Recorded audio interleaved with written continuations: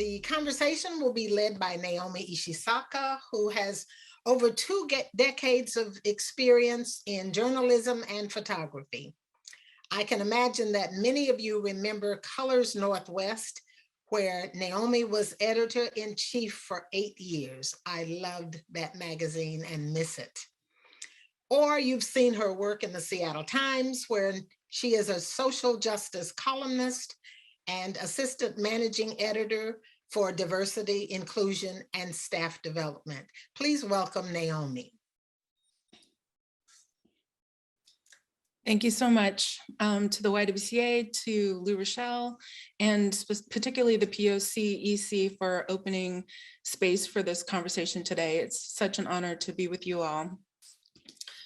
First, I just wanted to say that we are critical of journalism because the work we do is important and we want it to be better.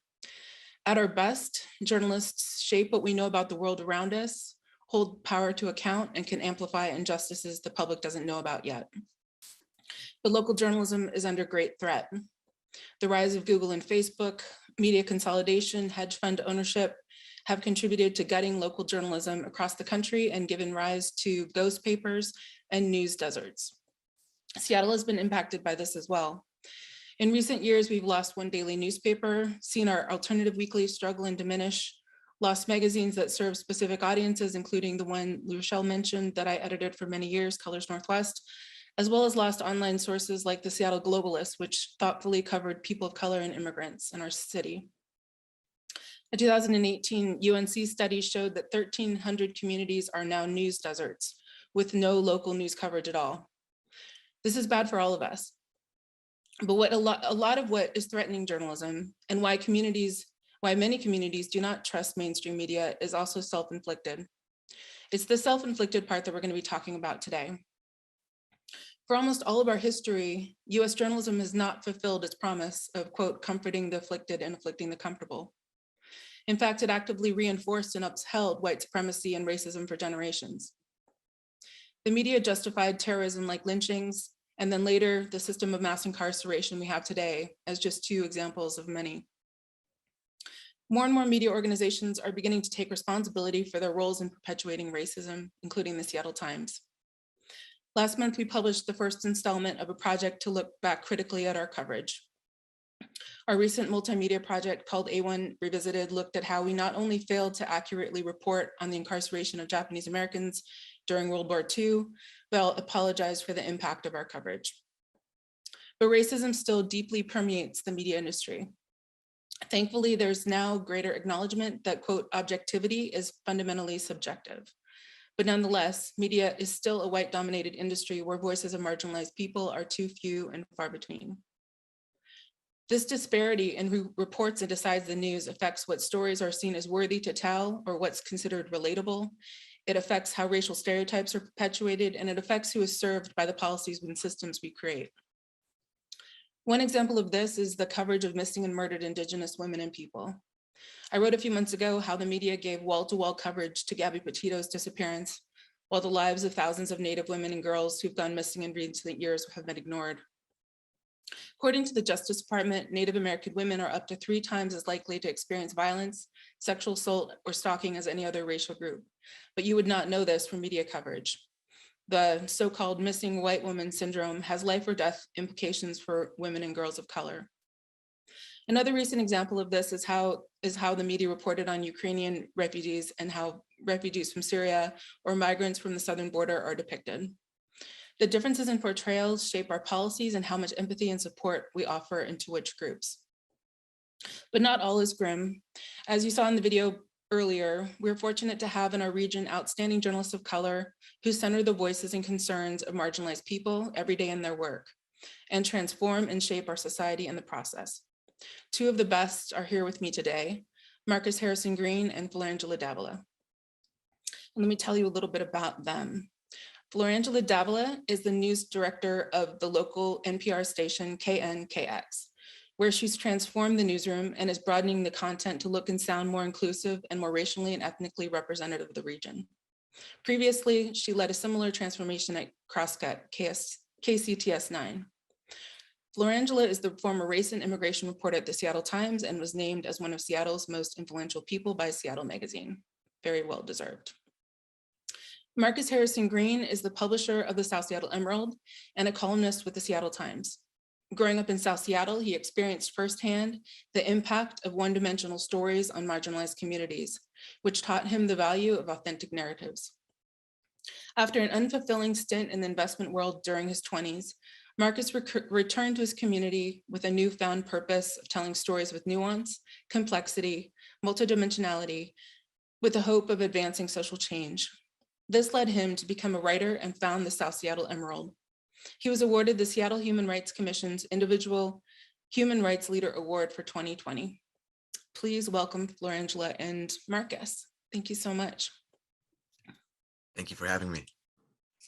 Thanks, Naomi. So I wanted to get started by just helping the audience understand how, in your experience, in your perspective, the media has been used to perpetuate stereotypes about and justify violence against BIPOC communities. Marcus, when you want to go first? Yeah, sure. I'll say, this kind of hits close to home, but for me, it continues to be how Black folks are treated, how the framing around us, the framing around our suffering many times. I tell this story quite often, and so I'll tell it again. I remember when I first started out at the Emerald, I was doing a piece on collecting, good thoughts about collecting people's opinions on what was good about South Seattle. And I remember talking to a young man, and he said, "There's nothing good about South Seattle, and there's nothing good about me." And I was like, "Oh, okay, why is that?" And he was like, "Well, folks say that I'm a savage. That's what they say about us." And he was talking about the media at the time. And about 2 weeks later, tragically, I found out that the young man had been shot and killed. And I always wondered, and I still wonder to this day, that's one of the reasons why I do what I do, is that if there was a different narrative out there about him, about his community, about the people who look like him, would there have been some alternatives for him? Would he have thought that there was maybe a different narrative that he would have attached himself to, as opposed to the narrative that he was essentially an animal, right? We are what we continually, feed ourselves, and what we continually consume in our media constantly, and whether we are aware of it or not. And so the fact that many people, like that young man, internalize these false, quite frankly, narratives about them, and treat them as true, and sort of go down, pathways. To me, those are the things that, you might say unintended consequences, or perhaps intended consequences, of not presenting, stories in ways that are, that are truly, accurate in terms of allowing people to be their full humanity. And I think that's when you have anti-Black coverage, when you have racist coverage, that is exactly what it is. It's a denial of somebody's full humanity. Thank you, Marcus. Florangela? Yeah, absolutely. Marcus, thank you for saying what you said. I still hold on to this memory of, I was in a car with a reporter and who lived in Magnolia. And I remember we happened to be driving down through the Rainier Valley, and he characterized it as ugly. Oh, so ugly. And I remember not saying anything. That was then. This is now. I probably would have said something, but this was, I don't know, 10, 12 years ago. And I remember thinking, this is where I live. And this looks so much like the apartments that I grew up in Southern California. And I think part of what is changing, I'll say that, but what we've seen, having been in this local market for a long time, is just being ignored, just being dismissed, just being boxed into certain stereotypes. For example, my ears now perk up whenever I hear Spanish on the broadcast in our shows. Growing up, I can't tell you when I've ever heard the Spanish language on an English language station. I could go to the Spanish language stations, but what does that do to communities, bilingual communities, name any community, when you don't hear your language, when it's not seen as something of who you are, something to be proud of? I think what is changing is there are more people in the room who are asking these questions and are pushing back and are challenging what has been the typical way of covering things.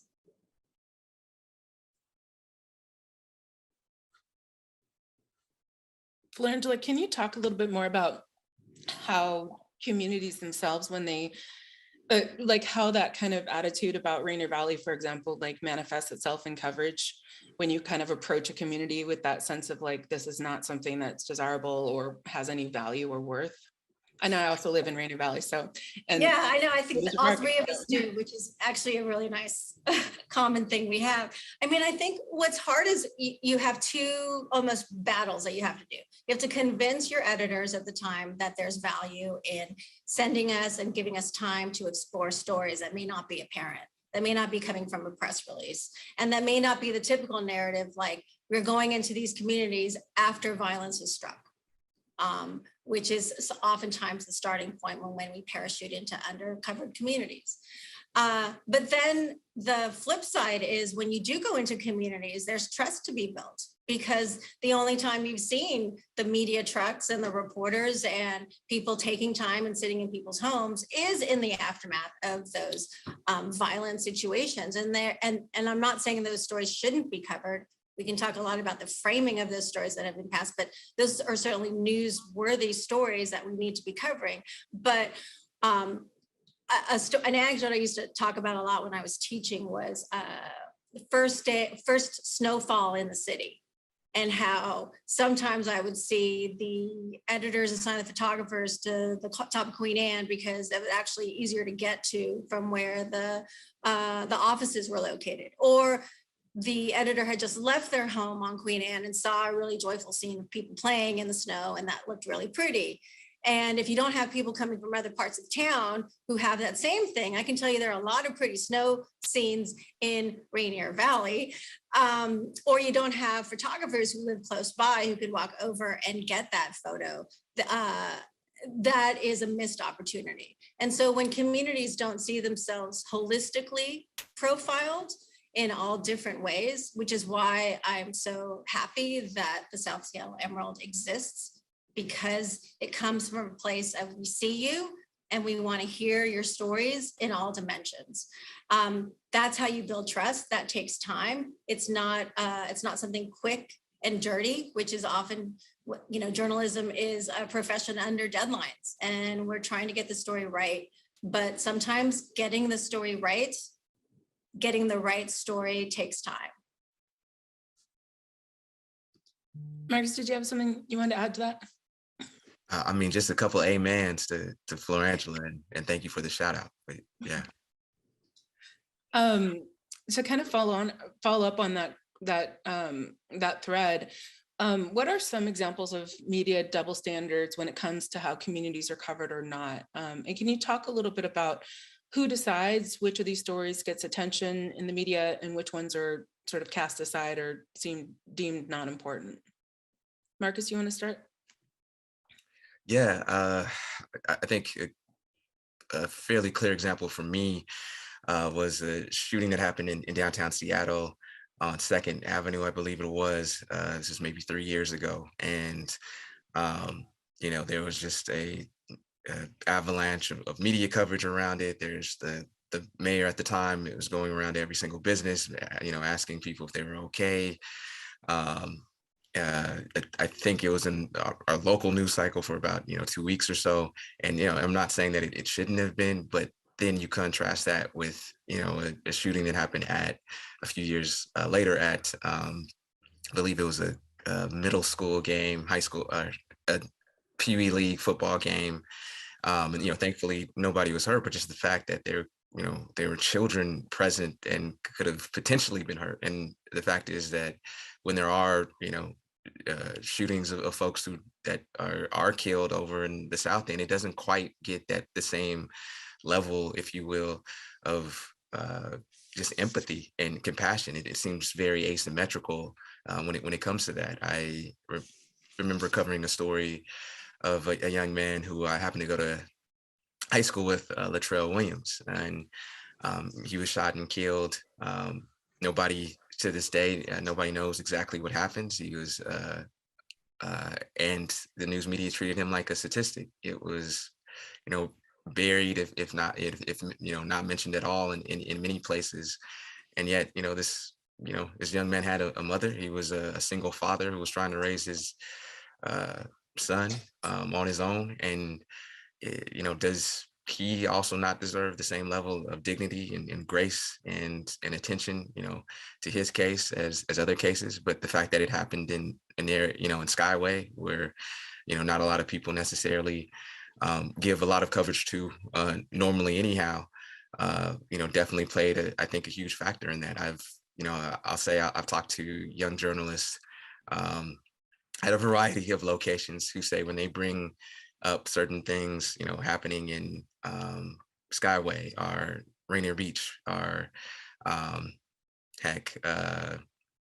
Mount Baker or Beacon Hill, what they get back from certain editors is, well, how would this actually, why would somebody from Magnolia or Denny Blaine, care about this?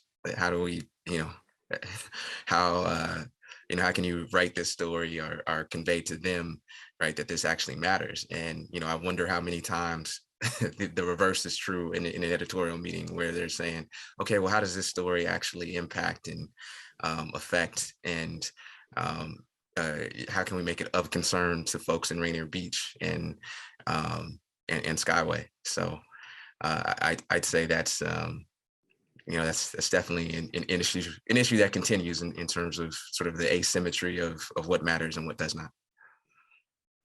Thanks, Marcus. Florangela? There's a great story that I just reread in the Columbia Journalism Review that talked about the recent heat wave and the visual coverage of how that story was told. So, and this is how news happens, right? Something happens in the world or in the community, and newsrooms everywhere look at it and start figuring out what's the questions that we need to be asking, who is it impacting? And the criticism on that heat wave and how it was visually presented was, a lot of the starting points was the golden retriever lapping and playing in a fountain, and other kids maybe frolicking near the water, white children frolicking in the water, sort of the inconvenience of the heat wave. Oh shoot, I don't have air conditioning in my office, which are all legitimate starting points. What happens is, where is the immediate of the unsheltered and how that's feeling, how that's impacting that population, the person who's incarcerated, what's the situation there, the agricultural worker. And when these stories present themselves, the importance of having different people in the room, not only pitching stories or thinking about those audiences, but then signing off on those stories. If you don't have that mindset while you're trying to figure out what's the story of the day and how am I going to present it, and also thinking about who the audience is, which is what Marcus is getting at, is sort of this angle, this impact of the story may be appropriate for this audience, but let's have a broader lens of who the audience is, because there may be those of us who are tied to agricultural workers and are thinking about our family members who are out there in the heat, or thinking about the unhoused. That is, I think, the responsibility that we have as journalists that hasn't always been front and center. Right, like who is the we that we're talking about, right? Right, and I You're not the we. Right, we're not the we. And again, because I'm in radio and from the broadcast angle, one thing that's really bothered me, frankly, that I hear, and I'm often sending emails to the network, because we have a lot of these discussions in the newsroom that I'm in, and I'm really proud of our reporters and our hosts who ask these questions, but is something like the replacement of derogatory names, the movement to change the geographical names that are happening in the country, right? Why do we need to hear the slur? Do we need to hear the slur for an Indigenous woman? Can we just get away with calling it the SQ word and then assume that the listener is intelligent enough to know exactly what we're talking about? This is a story that's been ongoing and ongoing. For certain ears, hearing the slur may not make a difference, but for other people's ears, it is really offensive and hurtful. And so who's your audience? What's the right thing to do?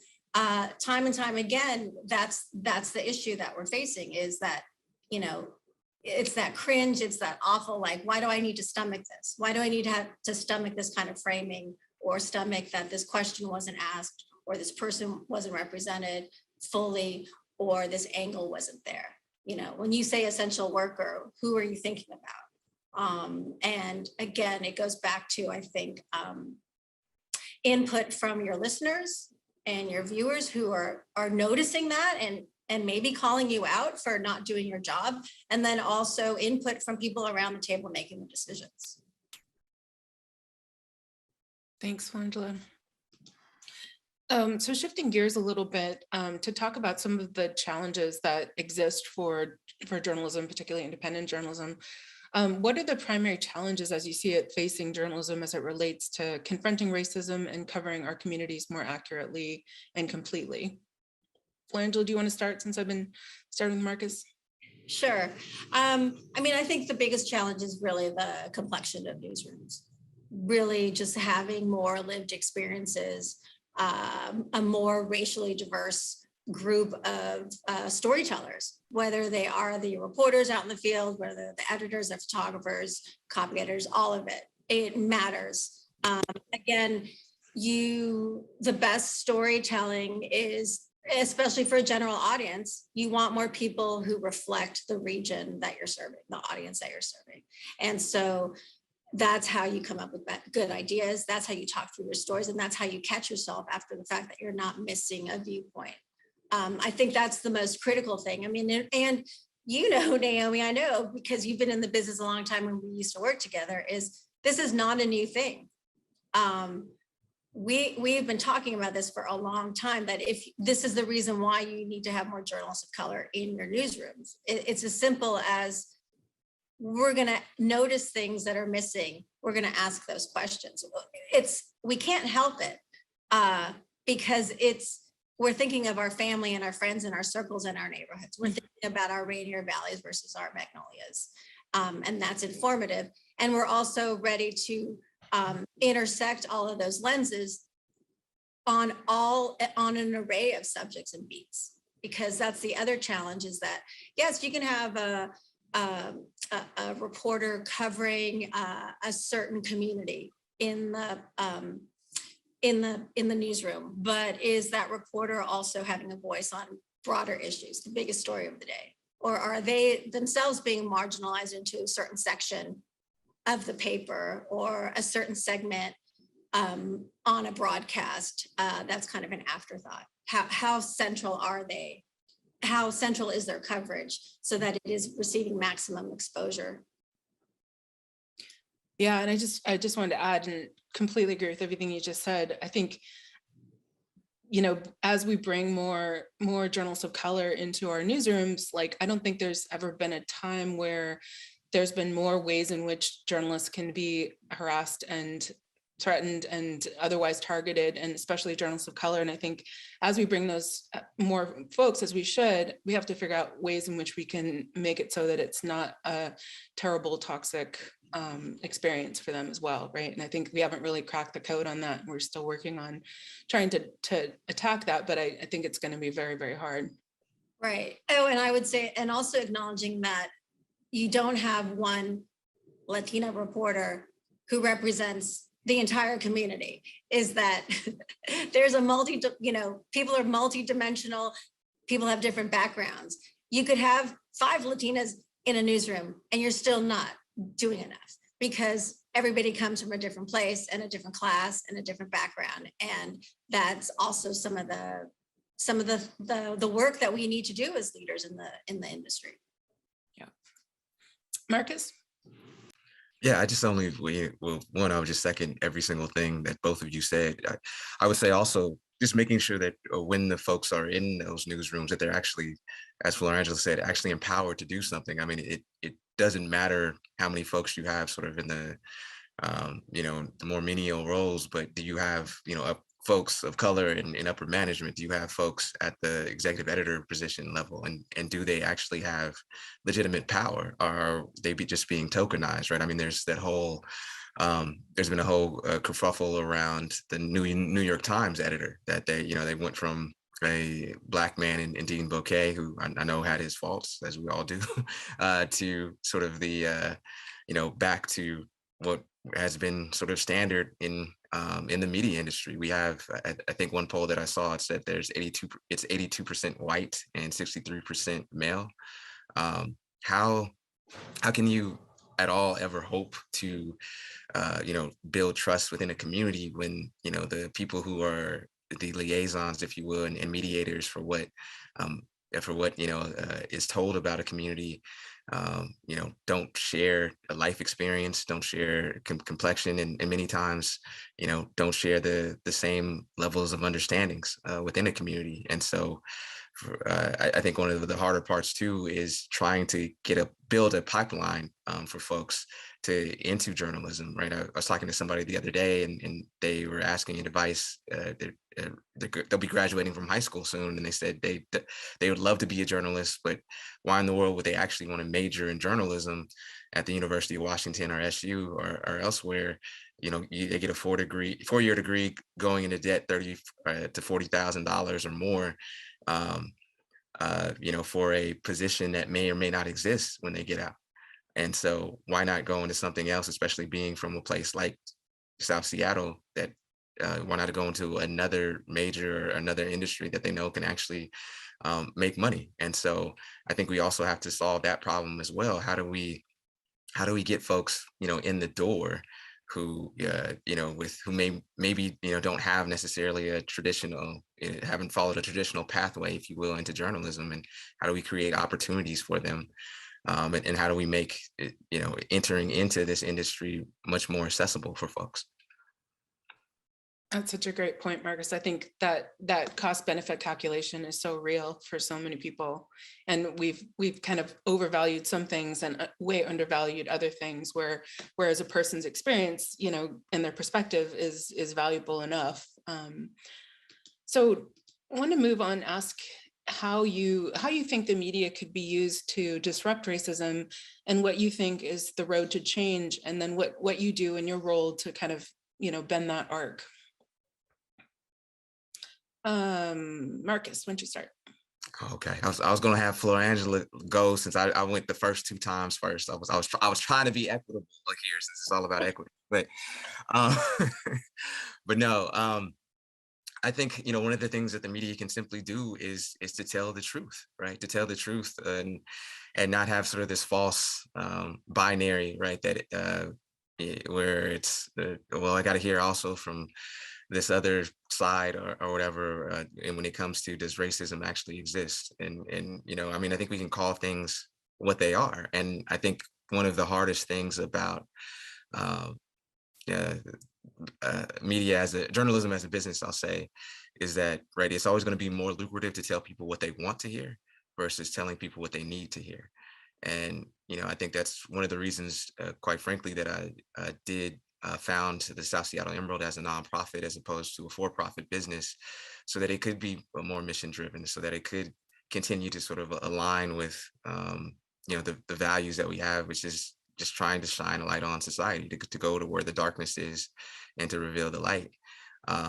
And unfortunately, that does mean that we get a lot of criticism. And it was just called, I got an email being called the N-word just last week, as a matter of fact, for some of our coverage. But I think at the end of the day, what we can do is just, truly speak the truth. There's a, there's a saying that one of the biggest issues that is wrong with America and our society at this moment is the fact that just nobody can agree on what the truth actually is. And I think, we just need to, as we move forward, we just need to continue to reiterate the truth day in and day out, every single day.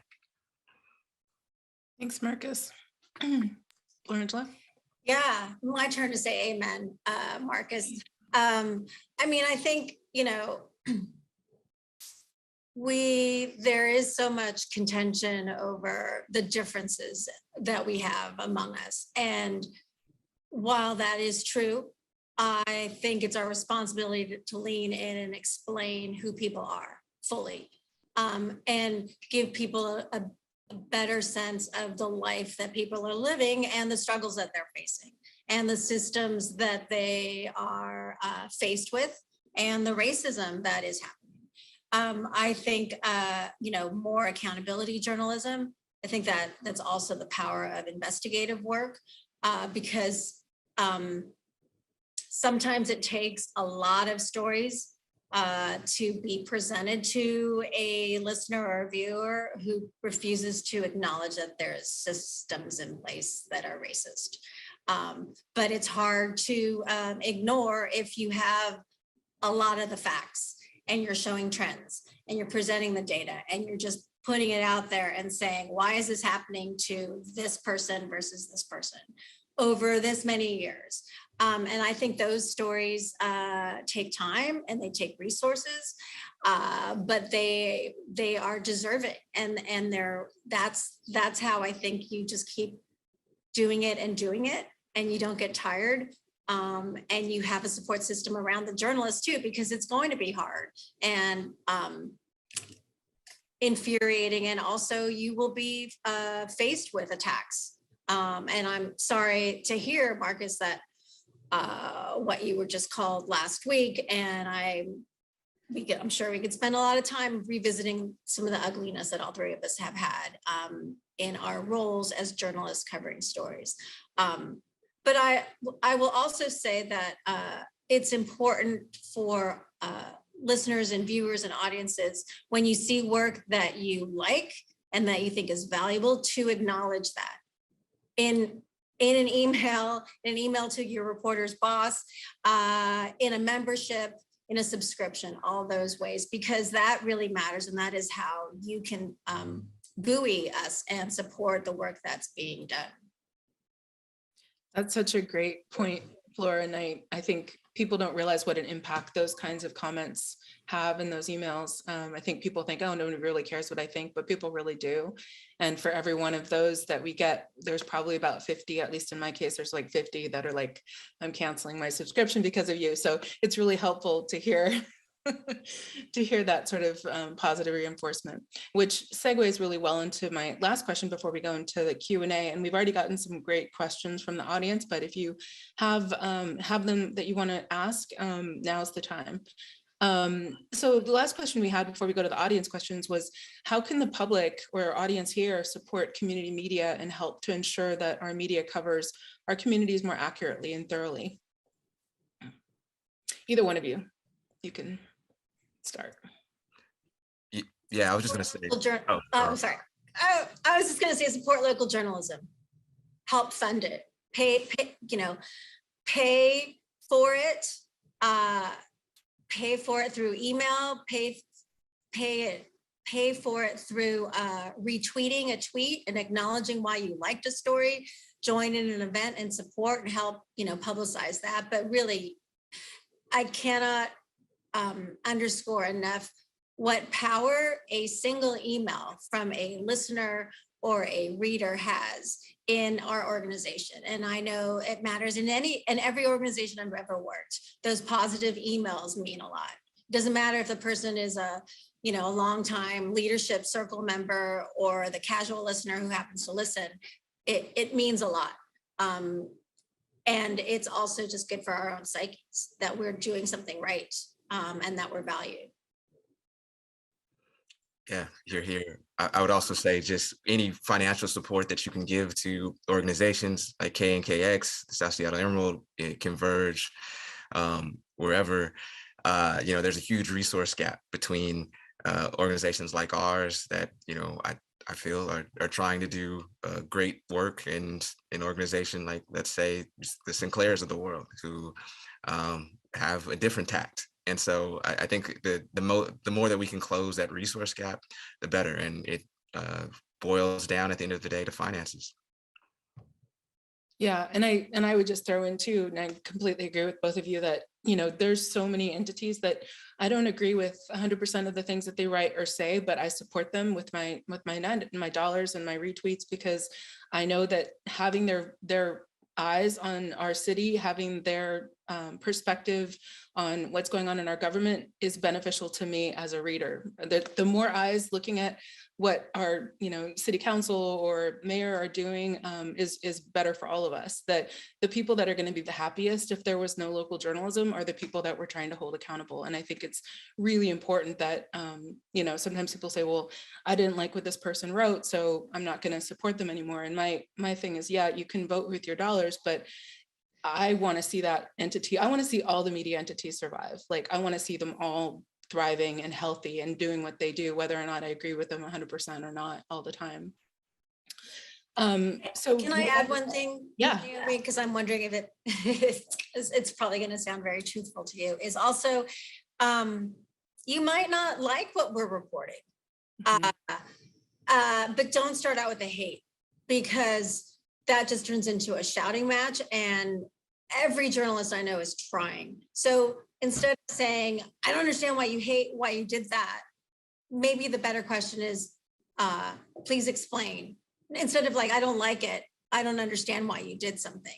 And this is directly for communities of color, because it happened to me in my own community when I was covering race. Is sometimes there are stories that are happening within our communities that is the dirty laundry that nobody wants to talk about, that nobody wants uncovered, and those are really hard to do. And there's a preference for not talking about it. But when those stories are done, support those stories, because it is important work. It doesn't matter, especially in accountability reporting. It doesn't matter who's doing the wrong. The wrong needs to be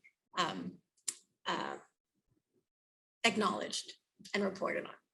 That's such a great point, Florangela. And I think people don't understand either how frightening and vulnerable it is as a reporter, journalist of color, covering those kinds of stories, and how kind of cast in the sea you feel in those situations. So yeah, it's really hard. So we have some great audience questions that I want to get to. The first one is really great, which is, how are journalists shifting with the acknowledgement that there is no, quote, objective perspective? And how has that changed your work and the stories that you write? Marcus, you want to start on that one? Yeah, I mean, that's a good question. And while I think, and I agree that for the most part, historically, objectivity has really just been white male subjectivity. And at least in American journalism, I think what you can be, and this is what I tell all of our journalists, is what you can be and need to be is fair. You need to be accurate. And your job is to find the best obtainable version of the truth as you can find it, right? And that's obviously, that's going to potentially change Wednesday, versus Thursday versus Friday. But at the end of the day, what you can do, what you want the reader to know, is that you are doing your best at all possible, at all times, to be as truthful and as accurate and as fair as possible. And I think, that's a practice that ultimately, will never go out of style. Thanks, Marcus. Flora?